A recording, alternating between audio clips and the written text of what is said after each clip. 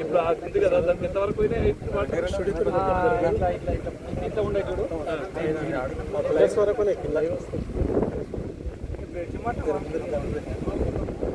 ఈ లైట్ల వరకు వచ్చింది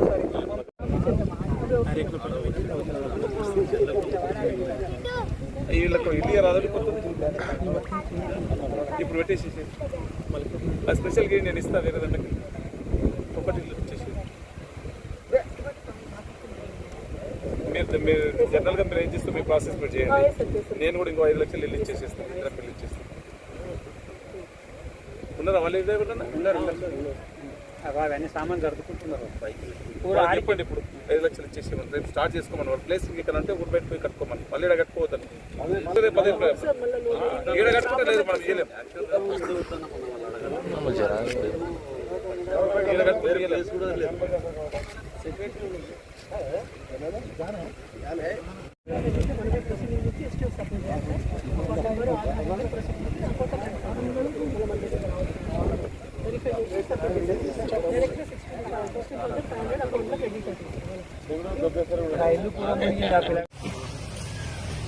మహబూబ్నగర్కు సంబంధించినటువంటి వ్యక్తి శ్రీనివాస్ రెడ్డి మాజీ ఎంపీ గారి ఫామ్ హౌస్ ఉండడం, దాంట్లో 140-136 ఆవులు కట్టేయడం వలన తాళ్లతో వీటిని ఎక్కడనే ఉండడం వలన అనుకోకుండా రాత్రి వచ్చినటువంటి వరదలో అవి ఇప్పుడు ఏ పరిస్థితిలో ఉన్నదో తెలియని పరిస్థితి.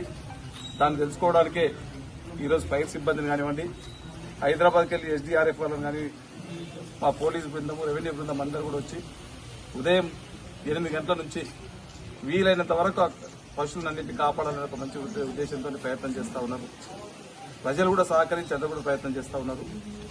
దీనికి ఆ భగవంతుడు ఆవులని సాధ్యమైనంత వరకు రక్షించాలని చెప్పి కోరుకుంటూ, ముఖ్యంగా ఈ కురుస్తున్నటువంటి భారీ వర్షాలకు ప్రజలందరూ కూడా సహకరించి మీరు ఎవ్వరు కూడా అవసరం ఉంటేనే, ఇంకా 2 రోజులు వర్షాలు ఉన్నాయి, అవసరం ఉంటేనే బయటికి వెళ్ళాలి.